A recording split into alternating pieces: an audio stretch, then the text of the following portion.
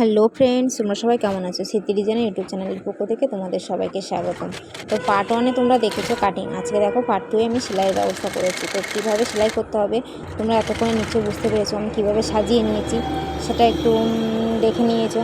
এবার দেখো আমি সেলাই করছি। তো প্রথমে আমি পকেট আর বটলটা সেলাই করে নিয়ে টোকেনগুলো দিয়ে নিয়েছি, তারপর স্পার্টের সাথে জয়েন করে নিয়েছি, নেওয়ার পরে ভি পার্টের সাথে জয়েন করে নেব।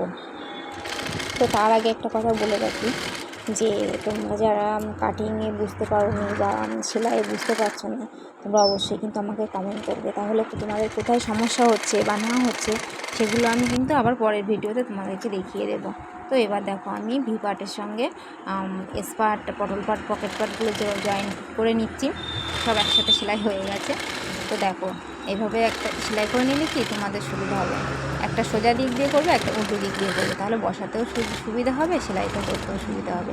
এইভাবে দেখো টোকেনটা ভাঁজ করে দিচ্ছি। কেন দিচ্ছি জানো? এটা দিলে সেলাইটা খুব সুন্দর, মানে টান হবে না, বেশি যাবে না। তো দেখো আমি ডবল করে দুটো চাপ নিয়ে নিচ্ছি। চাপটা দিলে না খুব সুন্দর দেখতে হয়। তো আমি দুটোই একসাথে দুভাবে মানে ডবল চাপ সেলাই করে নিয়েছি। নেওয়ার পরে দেখো আমি সামনের পার্ট আর পেছনের পার্টের তা জয়েন করে নেব। কাঁধ দুটো দেখো কীভাবে রেখেছি, যেহেতু পেছনের গলাটা মানে একটু নামবে, হাইনেকও না আবার খুব নামানোও না, 4.5 ইঞ্চি বা 3 ইঞ্চি মতো নেমেছে। জয়েন করে নেওয়ার পরে দেখো আমি হুক পট্টি আর হুকের ঘর পট্টি করে নিয়েছি। তো দেখো ডবল সেলাই দিয়ে নিয়েছি। এভাবে করে নিলে কি অল্প কাপড়ে হেমে করা ঝামেলা থাকে না, মেশিনে সেলাই দিয়ে নিলে হয়ে যায়। তো দেখো হাতাতেও আমি যথারীতি পাইপিংটা করে নিচ্ছি, কেননা পাইপিংটা না আমি আগে করে রেখেছিলাম। তো পাইপিংটাও বসিয়ে দিলাম হাতার মাথায়, মুখে আর গলাতেও আমি না পাইপিং করে নিয়েছি। দেখো কীভাবে বসিয়ে নিচ্ছি, পাইপিংটা চাপ দিয়ে নিচ্ছি।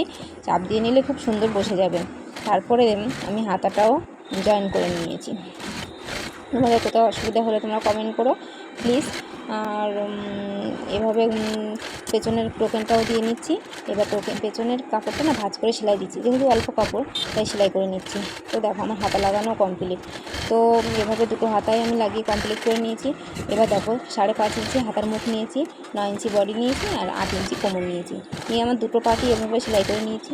নিলে তো আমার রেডি। তো আমার ভিডিওটা ভালো লাগলে একটা লাইক, একটা কমেন্ট, একটা শেয়ার করে তোমরা সবাই আমার পাশে থাকবে। নমস্কার সবাই।